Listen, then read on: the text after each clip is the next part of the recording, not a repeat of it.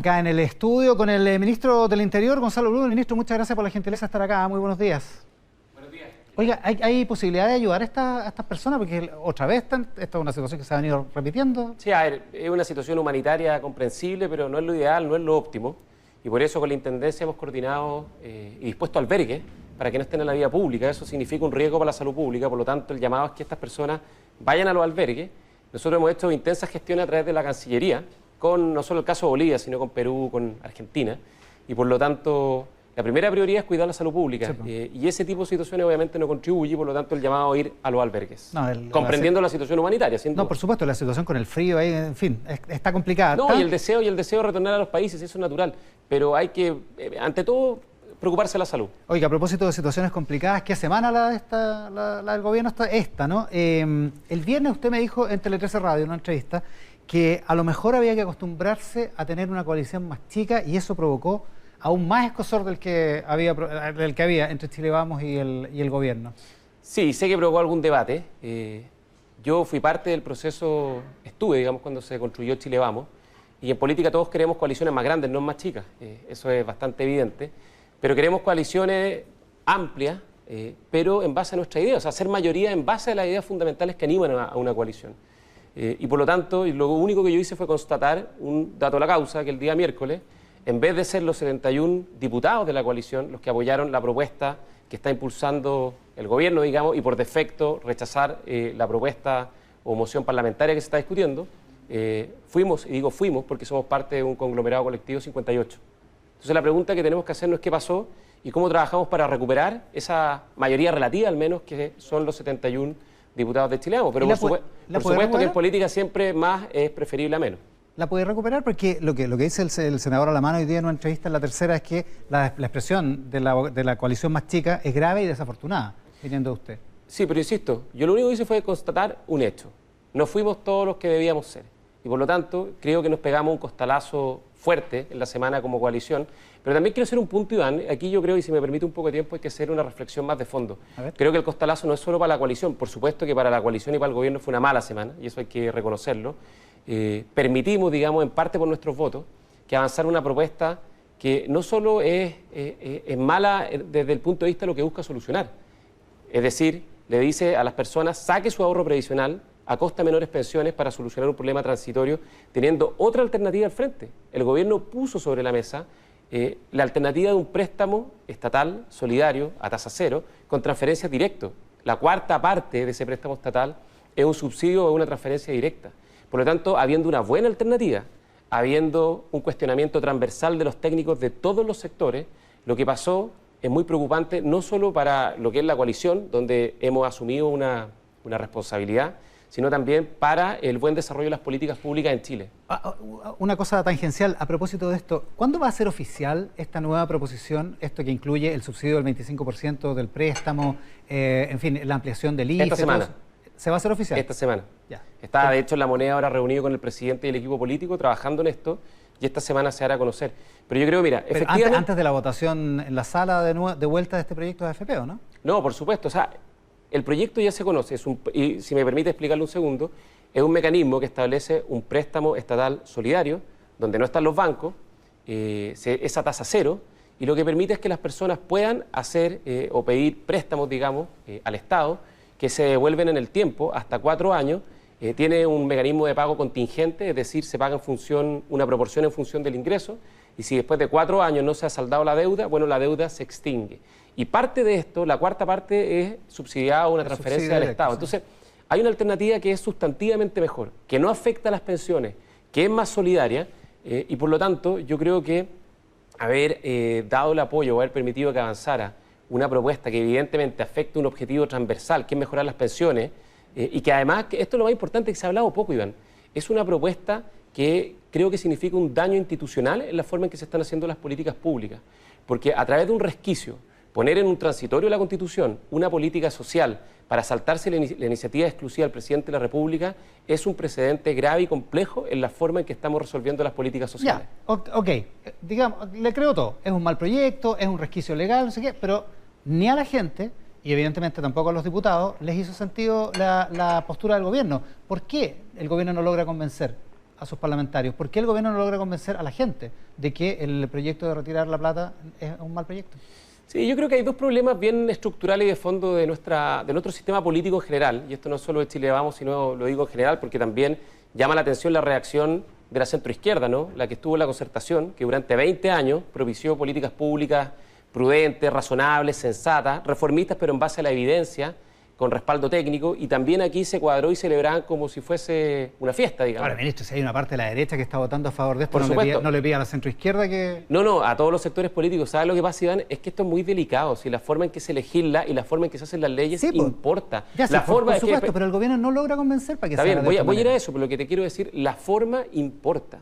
Hacer en un transitorio de la Constitución una triquiñuela, por decirlo de alguna manera, para saltarse la iniciativa exclusiva del presidente, con una política pública, además, que es injusta, que es regresiva. Esto es una política pública, lo dijo bien ayer Pepe Out, que le va a dar más al que tiene más, le va a dar menos al que tiene menos, y al que es responsable, es decir, el que no retira, no le va a dar nada.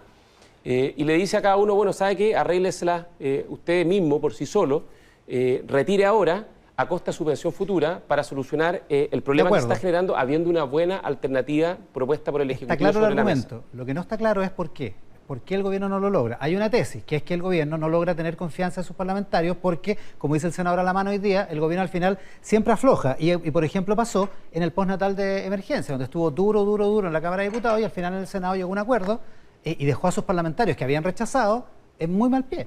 Sí, yo creo que hay factores estructurales y factores más circunstanciales. Entre los circunstanciales, efectivamente, en la última semana, y también hay que reconocerlo, se produjo un deterioro en la relación al interior de la coalición, entre la coalición y el gobierno, entre los partidos, y por eso esta semana tiene que marcar un punto de inflexión.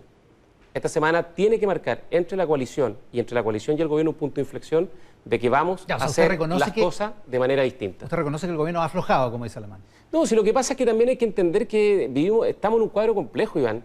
Este gobierno tiene una minoría parlamentaria, tiene que buscar acuerdos, y eso obviamente genera una tensión al interior de la coalición. Dentro de la coalición hay distintas posiciones, por lo tanto lo que hemos hablado con la coalición y lo que ha conversado el presidente ayer con los presidentes de los partidos de la coalición es que aquí hay que hacer un nuevo trato, un nuevo entendimiento, básicamente sobre la base de dos elementos que son centrales. Uno, lograr fijar posiciones comunes, y dos, encontrar mejores y más eficaces mecanismos de coordinación.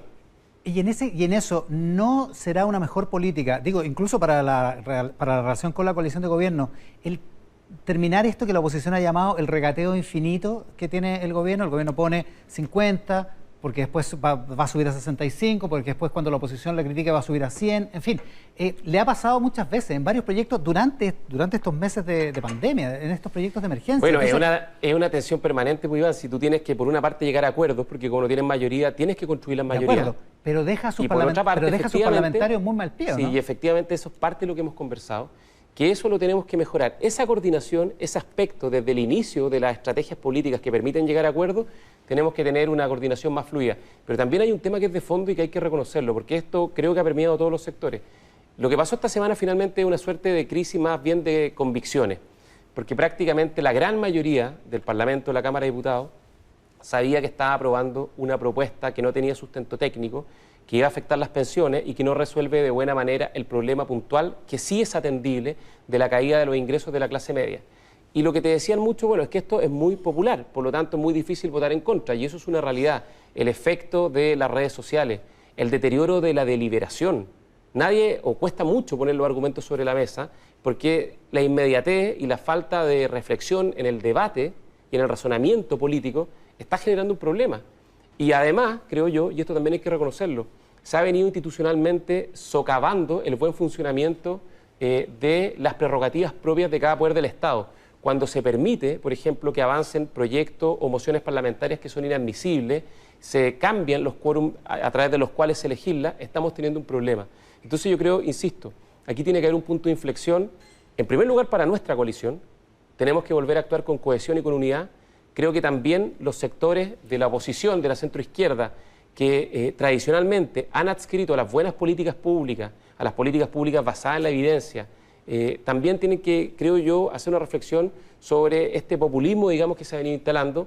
Y en tercer lugar, creo que hay un campanazo de alerta en el sentido de que la calidad de las políticas públicas esta semana se vio severamente deteriorada. ¿Qué significa, lo he dicho varias veces, qué significa este nuevo punto, este punto de inflexión? ¿Qué significa este nuevo trato en concreto en relación, por ejemplo, con el proyecto de fondos previsionales que vuelve a la sala el miércoles? Bueno, en el caso de nuestra coalición es que tenemos que tener la capacidad de, en primer lugar, reflexionar sobre lo que nos pasó, retomar una coordinación que sea mucho más efectiva y tener una mayor y mejor capacidad de fijar posiciones comunes. Porque también es cierto que hay partidos, hoy día son 4 partidos, la alianza eran 2 partidos, con distintas visiones, con distintas posiciones, y eso obviamente complejiza la definición, digamos, de ciertas posiciones comunes. El gobierno tiene que asumir un rol mucho más activo y eso es lo que hemos conversado desde el inicio. Tenemos que tener una mayor capacidad de fijar estrategias comunes en torno a los objetivos que conjuntamente tenemos que construir. Ya, pero aquí hagamos un ejercicio de imaginación y hagamos como que el gobierno es capaz de convencer a esos 13 diputados en número suficiente para que cambien su voto, para que se abstengan o rechacen y por lo tanto para que rechacen finalmente el articulado particular, digamos, de este proyecto y el proyecto se rechaza en la Cámara. ¿Está dispuesto el gobierno a asumir el costo político para la coalición y para el gobierno de terminar rechazando un proyecto que es masivamente popular? Bueno, es que naturalmente, Iván, lo que tiene que hacer un gobierno es hacer lo correcto. Tiene que actuar sobre la base de convicciones haciendo lo correcto, aunque eso tenga un costo político. Yo espero y vamos a trabajar para convencer a Chile, para convencer evidentemente a nuestra coalición, a los sectores de la centroizquierda que tienen ánimo de dialogar y poder revisar este tema con sensatez y por supuesto a la clase media.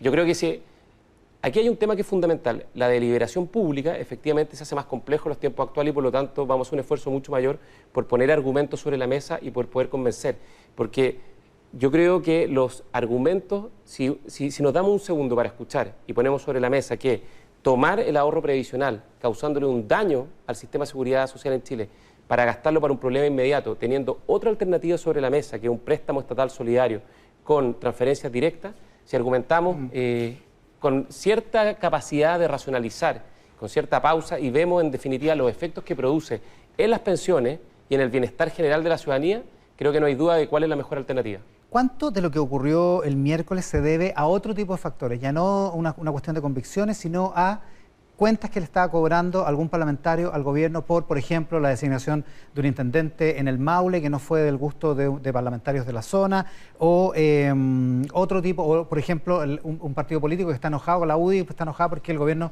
no vetó la ley de reelección, que impide la reelección de los alcaldes. Bueno, sin duda son temas que han influido. Yo creo que en el caso de nuestra coalición efectivamente hubo una mezcla de debilidad en las convicciones y también de una molestia sobre decisiones que se tomaron en la última semana. ¿Y es legítimo que influyan esas cosas? Mira, yo creo que en general lo que corresponde en estos casos es decidir sobre... Mira, una coalición política tiene que tener ciertos elementos fundamentales, convicciones, ciertas ideas, ciertos principios compartidos, como por ejemplo la responsabilidad, en el caso de Chile Vamos, el respeto al orden institucional, el valor de la libertad, pero también el valor de la solidaridad y ciertos esquemas de coordinación política. Y en este caso creo que fallamos tanto en las convicciones como en la coordinación. Eso es un elemento que influyó. Y en el caso de la oposición, lo más probable es que hubo un ánimo más bien de causarle un daño al sistema previsional. Y lo que hay que hacer con el sistema previsional es reformarlo, es mejorarlo. Pero creo que este proyecto lo que hace en definitiva es abrir una compuerta para terminar con el sistema previsional y lo que hoy día Chile necesita es un mejor sistema previsional. Y el proyecto que se aprobó es incompatible con la idea de que suban las pensiones. Cuando todos los sectores, mira, el informe de la Comisión Bravo, el informe de la Comisión Marcel, ambos convocados durante los gobiernos de la presidenta Bachelet, plantean ir en el sentido exactamente contrario, fortalecer el ahorro previsional, aumentar la tasa de cotización y lo que estamos haciendo con esta iniciativa es ir en contra de lo que los gobiernos de la centroizquierda propusieron en las 2 más grandes comisiones que se han propuesto para mejorar el sistema previsional. Ahora, si esto pasa a la Cámara, va a llegar al Senado y en el Senado yo cuento por lo menos 5 votos del oficialismo que están en duda, si es que no están derechamente por apoyar este proyecto, y con 2 este proyecto se convierte en realidad. Sí, por eso te insisto en el punto. Lo que pasó esta semana tiene que ser un hito, tiene que ser un punto de inflexión en la coalición. Vamos a tener que conversar y poner sobre la mesa la mayor capacidad de convencimiento político y por otra parte creo que también vamos a tener que hacer un esfuerzo muy grande de diálogo con los sectores de la oposición en el Senado para que haya también, creo yo, un esfuerzo por hacerlo. En esta materia creo que tengo que hacer un esfuerzo mucho mayor por hacer lo que es correcto. Ahí es donde hay una paradoja, porque hay parte de la UDI, o su directiva para empezar, que considera que el gobierno es el que no tiene convicciones, porque el gobierno es zigzagueante, porque el gobierno se comporta de una manera en la Cámara de Diputados y termina cediendo, aflojando, para usar la palabra de moda, en el Senado con la oposición. Sí, ahora convengamos y no cede con sus propios partidos. Sí, no, sí está bien, sí, yo entiendo el punto. Sí, efectivamente hemos tenido que hacer esfuerzos por llegar a acuerdos, porque este gobierno es el primer gobierno que tiene minoría en la Cámara y en el Senado, y por lo tanto hay que hacer un esfuerzo de diálogo para llegar a acuerdos, para construir esa mayoría. Pero también hay que reconocer que los acuerdos que hemos construido en el Senado han sido no solo con la oposición, han participado los parlamentarios de gobierno. El último acuerdo que hicimos, el acuerdo social y económico que ustedes reconocieron como un buen acuerdo, que se alcanzó hace un par de semanas atrás, se hizo sobre la base de la Comisión de Hacienda, donde estaban parlamentarios de oposición y de gobierno. Por lo tanto, obviamente, este es un esfuerzo de diálogo que incorpora a la coalición de gobierno y, por supuesto, a la oposición. ¿Cuál es la estrategia para el miércoles? Digo, para convencer a sus parlamentarios. Bueno, yo creo que lo primero es poner sobre la mesa la propuesta que nosotros hemos planteado. Ya, o sea, eso tiene que pasar lunes o martes, digamos. Sí, en el fondo creo que tenemos que tener un esfuerzo de poder clarificar, y quizá ahí es donde tenemos que, como gobierno, hacer un esfuerzo mayor, clarificar las bondades que tiene la propuesta del gobierno para apoyar a la clase media, que tiene elementos como los préstamos estatales solidarios y otros elementos también importantes, como los subsidios de arriendo, la postergación de los créditos, de los dividendos hipotecarios. ¿Y después de las reuniones de ayer, las directivas de los partidos están comprometidas, están alineadas, digamos, en ese propósito? Bueno, por lo menos lo que expresaron a la salida de las reuniones es que todas las directivas van a hacer el máximo esfuerzo por convencer y alinear a sus parlamentarios, y nosotros esperamos que ese esfuerzo fructifique. El ex ministro del Interior, una persona que estuvo en su cargo, Rodrigo Ginspeter, le da hoy una entrevista a la periodista Paula Codú en Reportajes del Mercurio, donde dice, entre otras cosas, que usted, el ministro del Interior, ha sido una figura un tanto ausente y que usted no tendría vocación de ministro del Interior, legítimamente, dice Ginspeter, y que eso lo lleva a una cierta ausencia. De alguna manera critica su falta de liderazgo. Sí, bueno, yo tengo mucho respeto no solo por Rodrigo Ginspeter, sino por todos mis antecesores en el cargo. Yo, al momento de asumir, conversé con varios de mis antecesores, de Chile Vamos, digamos, y también de la oposición, para conocer la experiencia y, obviamente, a partir de eso, poder tomar las mejores decisiones. Obviamente no comparto esas críticas. El tiempo que me ha tocado ejercer como ministro del Interior, los últimos casi 9 meses, seguramente deben ser los meses más difíciles para ejercer el cargo. Hoy día estamos viviendo posiblemente las 3 más grandes crisis que ha experimentado Chile, bueno, y el mundo también, en muchísimo tiempo: la crisis de octubre, posteriormente la pandemia, y hoy día la recesión y el impacto que esto va a tener en el bienestar de las personas, en la economía y en el empleo. Por lo tanto, son crisis grandes y por eso, obviamente, causan extrañeza las críticas, sobre todo sabiendo lo difícil. Rodrigo sabe lo difícil que es ejercer este cargo, le tocó también en momentos muy difíciles, y creo yo, además, en mi caso como ministro del Interior, me ha tocado participar muy activamente en todos los acuerdos que han permitido ir encauzando o abordando estas 3 grandes crisis que hemos enfrentado. O sea, está ausente usted. Bueno, es que en el caso de octubre creo que el acuerdo de noviembre, que fue concordado por los distintos sectores y que también el gobierno, y a mí me tocó participar muy directamente y cumplir un rol, fue fundamental para empezar a encauzar políticamente una solución o un encaminamiento de lo que es esa crisis. En el caso de ahora también del acuerdo social y económico, me tocó a mí liderar la responsabilidad política de convocar a los presidentes de los partidos, sentarlos a la mesa y poder generar el marco para poder construir este acuerdo. Y lo mismo en la pandemia, en la mesa social. Y en cada una de estas crisis, por encargo del presidente, me ha tocado ejercer este rol de ministro del Interior y conducir políticamente los esfuerzos del gobierno. ¿Tenía vocación de ministro del Interior usted o no? Mira, el nombramiento del ministro del Interior es una responsabilidad que es propia del presidente de la República, y el presidente, el 28 de octubre, me pidió asumirlo. A última hora, dicen. ¿Ah? A última hora, dicen. No, mira, da lo mismo los detalles. Eso, ¿o es un mito? ¿Ah? ¿O es un mito eso? Como todas las cosas, parte verdad, parte exageración. Ya. Pero el presidente me pidió asumir este rol, que ha sido un rol obviamente difícil, complejo, porque los tiempos son difíciles y son complejos. Y he hecho el máximo esfuerzo posible y estoy además muy agradecido de la responsabilidad que me encomendó el presidente. ¿Se rompe un código con que un antecesor suyo lo critique? Prefiero no profundizar mucho en el tema, creo que no tiene sentido, creo que tampoco es importante para para los chilenos. Y hoy día, ¿qué es lo que es lo importante? Y es lo importante para el gobierno y también para la coalición. Unirnos en torno a lo que viene hacia el futuro. Y lo que viene hacia el futuro es, uno, enfrentar la pandemia. Hoy día estamos empezando a tener mejores resultados y eso hay que perseverarlo. Dos, enfrentar la crisis social y económica y hacer de la recuperación del empleo de los 2 millones de puestos de trabajo que se han perdido la gran cruzada épica de los próximos meses. Y tres, seguir fortaleciendo la recuperación del orden público y la seguridad ciudadana. Ministro, una última cosa. Ayer el alcalde de Santiago, Felipe Alessandri, dijo que prefería que se suspendiera la cuarentena y se alargara el toque de queda, o sea, se hiciera más temprano el toque de queda, porque si no, nos íbamos a volver todos locos. Con el encierro que en la zona norte de la comuna de Santiago lleva, no sé, más de prácticamente 100 días. ¿Tiene sentido, le hace sentido una cosa como esa? ¿Podría pensarse en levantar la cuarentena y hacer más grande el toque de queda de modo de mantener la... No, yo creo que sería una irresponsabilidad levantar las cuarentenas antes de tiempo. Obviamente las cuarentenas son difíciles, producen un efecto en la salud mental, en la calidad de vida.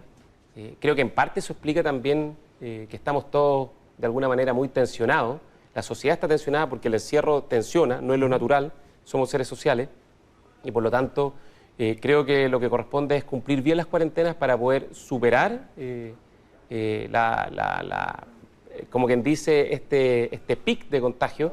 La curva está empezando a descender y creo que si seguimos en esta línea, muy pronto se van a poder levantar las cuarentenas. Muy bien, ministro. Muchísimas gracias por la gentileza de estar esta mañana. Muchas gracias, Iván.